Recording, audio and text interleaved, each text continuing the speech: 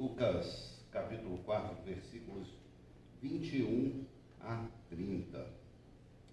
E essa imagem que nós vemos projetada aqui, até uma contribuição também da nossa irmã Thaís, acho que ela traduz bem o nosso texto, não é? A nossa espiritualidade cristã aqui no Brasil, durante muito tempo, ela foi pautada pela tradição católica romana, não é? E a gente sabe que é costume ainda de muitas famílias ter em casa um oratório onde determinados santos são escolhidos, né, para fazer parte, então, como se fossem assim os protetores daquela casa, os padroeiros daquela casa, né? Então são os santos de devoção da família que ficam ali, pequenas imagens, né, num armáriozinho, e ficam ali. Mas de acordo aí com o catolicismo popular, quando acontece algum problema, alguma situação mais urgente ou mais séria e tal, não se recorre àqueles santos ali da casa, né? Recorre-se a um outro santo, né? E daí então se originou essa frase, né? Santo de casa não faz milagre, não é? Então, esse texto que nós acabamos de ler, de certa forma, ele se combina com esse pensamento tradicional da espiritualidade brasileira, que é aplicado muitas vezes em outras situações, não é? Às vezes você tem, por exemplo, alguma coisa acontecendo numa empresa, algum problema para resolver, mas as pessoas só tomam consciência do que precisa ser feito, da gravidade do problema, quando se convida, por exemplo, um palestrante de fora, não é? Para expor aquilo que muitas vezes todo mundo já sabia, não é? Mas se fosse alguém da casa, encontraria alguma resistência naquilo que ele fosse dizer. Mas como veio alguém de fora, ele diz, então todo mundo leva um pouquinho mais a sério. Então, nessas situações também acontece no mundo corporativo, essa mesma frase é pronunciada, né? Santo de casa não faz milagre. Se a gente for no futebol, também, né, a gente vai encontrar vários exemplos, né? Como é que um técnico vindo, às vezes do exterior ou de outro clube, ele tem mais moral do que as pessoas que trabalham já dentro do clube para resolver uma determinada situação. E os exemplos são inúmeros. Mas aqui nós temos uma situação que é Jesus que está falando, Jesus que está relatando, não é? Então, ele deu início ao seu ministério, ele passou pela tentação, ele chegou em Nazaré e fez, digamos assim, o seu discurso de posse. Ele disse, o Espírito do Senhor está sobre mim pelo que me ungiu para evangelizar os pobres, ou seja, para trazer uma boa notícia para os pobres de todos os tipos, os oprimidos, os endividados, os amargurados de coração, os doentes, não é? Todo tipo de pessoas que estavam enfrentando problemas nas suas vidas. Jesus, então, ele se apresenta como aquele que tem uma palavra, que tem uma solução, que tem uma saída para essas pessoas. E é com essas pessoas que ele quer construir o reino de Deus. Basicamente é esse o programa de ação do reino de Deus. E as pessoas ficaram, ao mesmo tempo, surpresas por aquele rapaz que era conhecido da comunidade, que era um operário, alguém que mexia com madeira, que mexia com obras, juntamente com o pai dele, com José, não é? Então aquele rapaz que conhecia bastante a Bíblia, né? Jesus devia ser muito bom de Bíblia, não é mesmo? Ninguém sabia exatamente porquê, mas ele era, não é? Então, mas ele nunca tinha assumido essa atitude, essa postura diante da sua comunidade. E ele começou então a realizar milagres, como aquele de Caná da Galileia, sobre o qual nós já refletimos aqui, e outras coisas começaram a acontecer. E então ele, ao mesmo tempo que as pessoas achavam impressionante o que Jesus fazia, havia uma certa, digamos assim, desconfiança, uma certa, talvez, inveja, né? Nessas horas a inveja aparece, né? Quando você consegue alguma coisa, sempre aparece alguém para tentar desmerecer o seu sucesso, não é? A sua conquista, aquilo que você ganhou, não é? Baseado em um conhecimento, as pessoas conhecem as suas qualidades, conhecem os seus defeitos também, não é? Então, é uma reação muito natural do ser humano, né? Quando alguém, de repente, deslancha na sua vida, na sua carreira e começa, então, a fazer sucesso, começa a se destacar, não é? Com Jesus não foi absolutamente diferente. Porque Jesus era uma pessoa igual a nós, humanamente falando, não é? Não se trata aqui de ter superpoderes, né? Jesus não era um super-herói.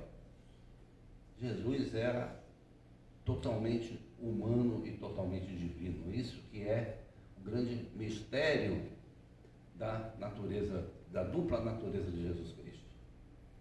E ali as pessoas então estavam se defrontando com essa nova situação. Era um novo Jesus que eles estavam encontrando ali, em Nazaré, a cidade onde ele foi criado, né, onde ele foi morar com os seus pais. E o que aconteceu ali? Começaram, então, a adotar diante de Jesus uma atitude de cobrança. Uma atitude de cobrança. E começaram a dizer, então, faz o seguinte, olha, começa a fazer milagre aí que a gente acredita em você. Mostra os seus poderes. Mostra aquilo que você é capaz de fazer. Você não fez lá na outra cidade, lá em Cafarnaum, cidade aqui perto, não é? Então, mostra o que você é capaz de fazer, aí a gente, quem sabe, né, leve você mais a sério. E aí está, então, o primeiro erro dos conterrâneos de Jesus, né? Primeiro grande erro. Assumir diante de Jesus uma atitude de cobrança. Uma atitude de cobrança. Porque nós não podemos cobrar coisas de Jesus. Não é? Nós não podemos ficar cobrando coisas de Deus e nem de Jesus. É preciso a gente ter clareza disso. Nós temos que colocar as nossas necessidades, nós temos que apresentar aquilo que nos angustia, a gente tem que reconhecer as nossas faltas, as nossas limitações, a gente tem que colocar tudo na mesa, esperando que Deus pode nos dar o melhor, mas o melhor sempre de acordo com o que Ele considera o melhor, e não nós. não nós. Nem Deus, nem Jesus, nem o Espírito Santo, nenhum ser da Trindade é um instrumento nas nossas mãos para realizar aquilo que a gente deseja, por melhor que sejam as nossas intenções. E ainda bem, né? Ainda bem, graças a Deus por isso. Não é? Porque Deus já é bastante manipulado, entre aspas, né? E a gente sabe os resultados que isso gera. Não é? Então, Deus não pode ser manipulado por nós. Deus tem total liberdade para agir na nossa vida, na nossa cidade, no nosso país. Ele não é monopolizado por nenhum povo, por nenhum governante, por nenhuma igreja, por nada disso. Deus é absolutamente, totalmente livre. E Jesus também a mesma coisa. Então, quando Jesus chega em Nazaré, ele se defronta, né, com esse pessoal lá da sua própria sinagoga, digamos assim, da sua própria igreja, né?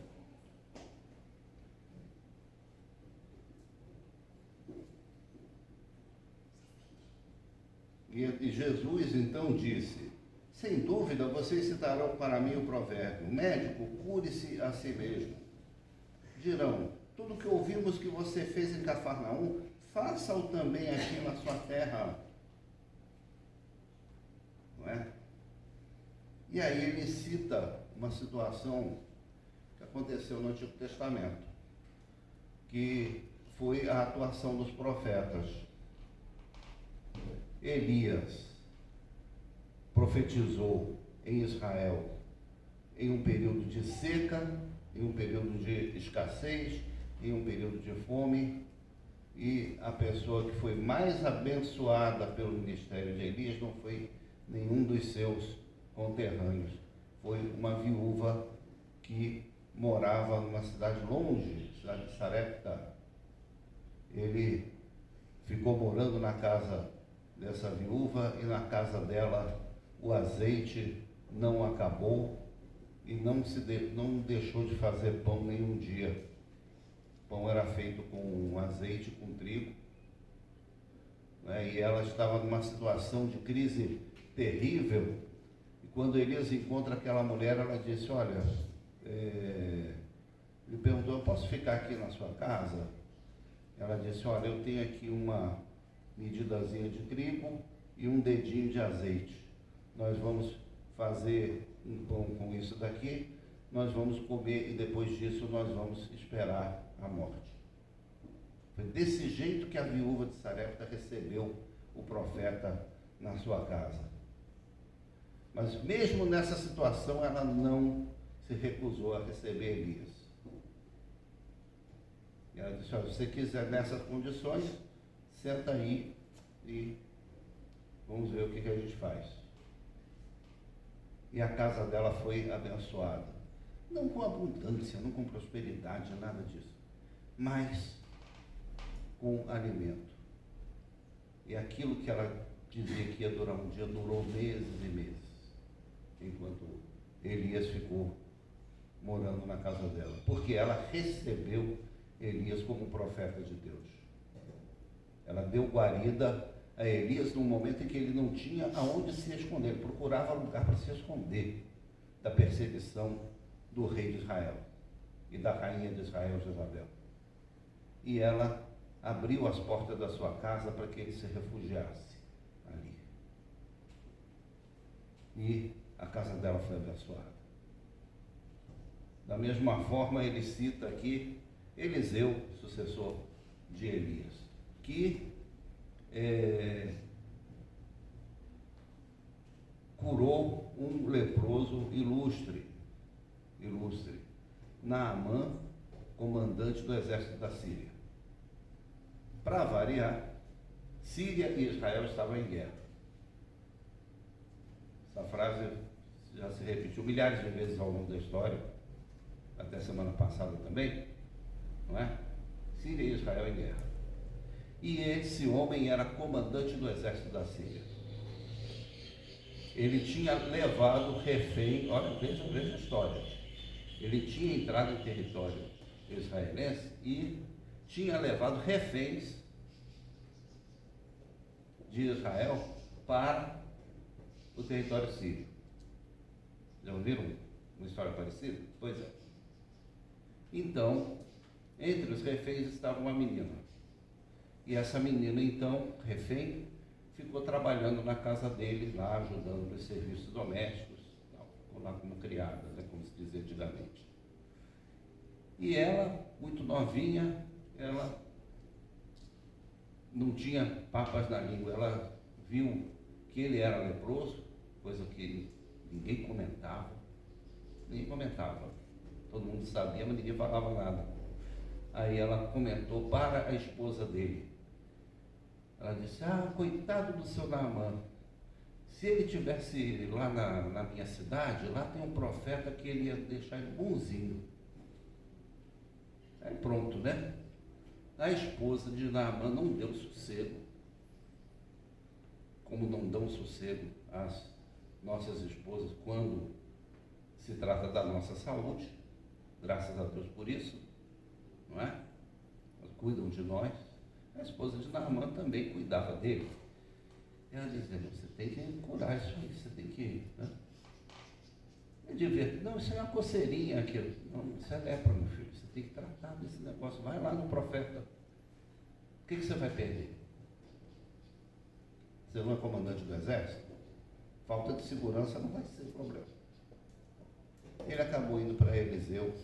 E Eliseu, então, simplesmente mandou que ele se banhasse 7 dias no rio, né, na água do rio, e ele ficou curado. Havia centenas de outros leprosos em Israel, mas quem foi curado foi justamente o comandante do exército inimigo. Então veja como a ação de Deus, ela se dá, né, de uma forma absolutamente livre. Absolutamente livre. Depois dessa cura, houve paz entre Israel e Síria durante muitos anos. Não foi sem propósito que Deus realizou esse milagre na vida de um homem que era inimigo do povo. Não é? Então, Jesus citou esses exemplos e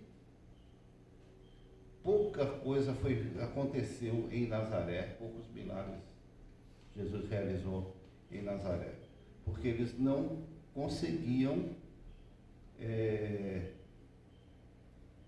desvencilhar, né, desapegar a imagem daquele Jesus que eles tinham conhecido na infância, na juventude e tal, do Jesus que estava ali agora dentro do seu ministério.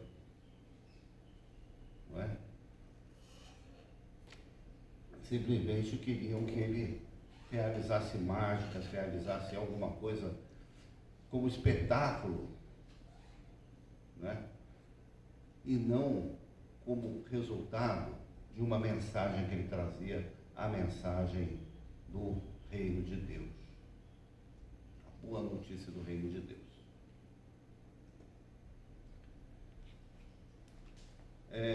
Eu queria compartilhar com vocês uma coisa que eu me identifico muito também com esse texto, não é?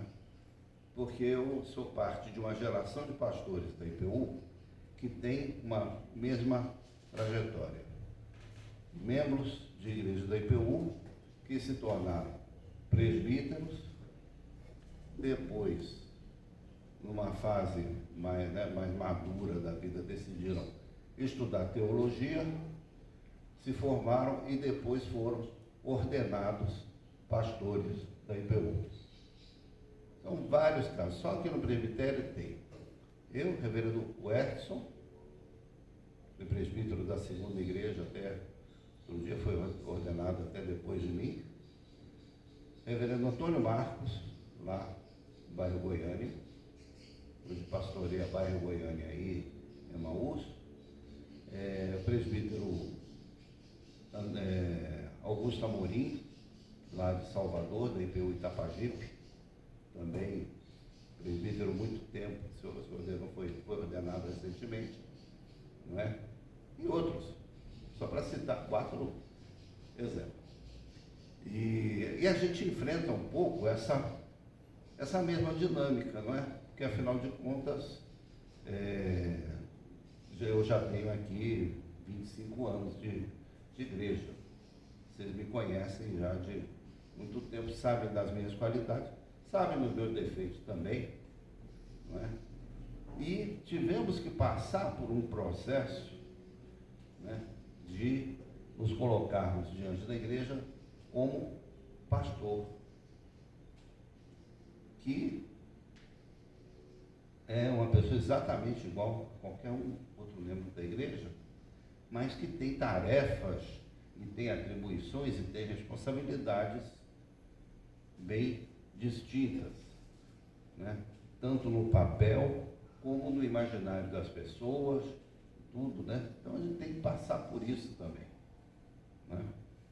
Não é nossa função fazer milagres, até porque, da mesma forma que Jesus fez poucos milagres em Nazaré,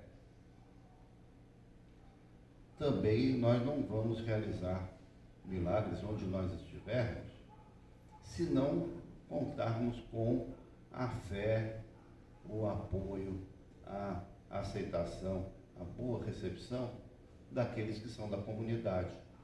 E faltou para Jesus em Nazaré, não é? Faltou fé para aquelas pessoas, faltou fé para elas, não é? Então, não é diferente no nosso contexto aqui, né? É muito importante a cooperação, a aceitação, a recepção, a sinceridade, tudo de bom que pode haver no relacionamento entre pastor e igreja. É necessário que isso seja cultivado para que aí sim milagres aconteçam na nossa comunidade. Porque podem acontecer sim. Existe uma outra coisa também que acontece na nossa vida, que é o seguinte: muitos de nós conhecemos, ouvimos falar de Jesus já desde pequenos. Alguns já são evangélicos, já nasceram no lar evangélico, já têm já dominam esse conhecimento, já estão muito familiarizados com a pessoa de Jesus, com igreja, com Bíblia, com todas essas coisas, não é? Isso fica de tal forma internalizado e faz parte assim da nossa, do nosso dia a dia, da nossa cultura, de uma tal forma que às vezes a gente perde um pouco de vista quem é realmente Jesus, não é? Nós temos um conceito escrito lá da pessoa de Jesus, nós temos, às vezes o pastor começa a entregar um sermão, a gente já sabe mais ou menos como é que vai terminar, de tão acostumados que a gente está de lidar com esse conceito de Jesus, digamos. É necessário a gente renovar a nossa visão de Jesus, é necessário a gente redescobrir quem é Jesus na nossa vida, é necessário renovar a nossa relação com Jesus Cristo, para que aí milagres aconteçam na nossa vida também. Também. Porque se nós ficamos presos aos antigos conceitos que a gente aprendeu e que, de certa forma, a gente guardou na nossa prateleira intelectual a respeito de Jesus Cristo, se a gente fica preso àquilo, pouca coisa acontece. É necessário resgatar a nossa fé em Jesus Cristo. A leitura da palavra é um bom meio para a gente trabalhar isso. E é o que nós procuramos, inclusive, fazer aqui na nossa pregação, normalmente centrada no Evangelho de Jesus Cristo. É o que a gente procura fazer aqui. Dar uma cambalhota, assim, nos nossos conceitos a respeito de Jesus Cristo, para que ele se renove para cada um de nós, para que ele seja ressignificado na nossa vida, para que a gente tenha o mesmo impacto que tiveram aquelas pessoas que viram aquele rapaz de mais ou menos 30 anos, um operário, dizem também um carpinteiro, né, se tornar um grande pregador, se tornar o Messias enviado por Deus para construir o reino de Deus no nosso meio. Mais do que edificar uma igreja, uma comunidade, uma instituição, Jesus veio construir entre nós o reino de Deus. Isso é uma das coisas que a gente precisa ter em mente quando lida com a mensagem, a pregação de Jesus Cristo. E é o que nós esperamos fazer, trazer para cada um de vocês, para cada um que está aqui, para cada um que nos assiste, para que Jesus realize grandes coisas na sua vida, na sua cidade, na nossa sociedade, no nosso país. Porque é desse Jesus que nós estamos precisando. Amém?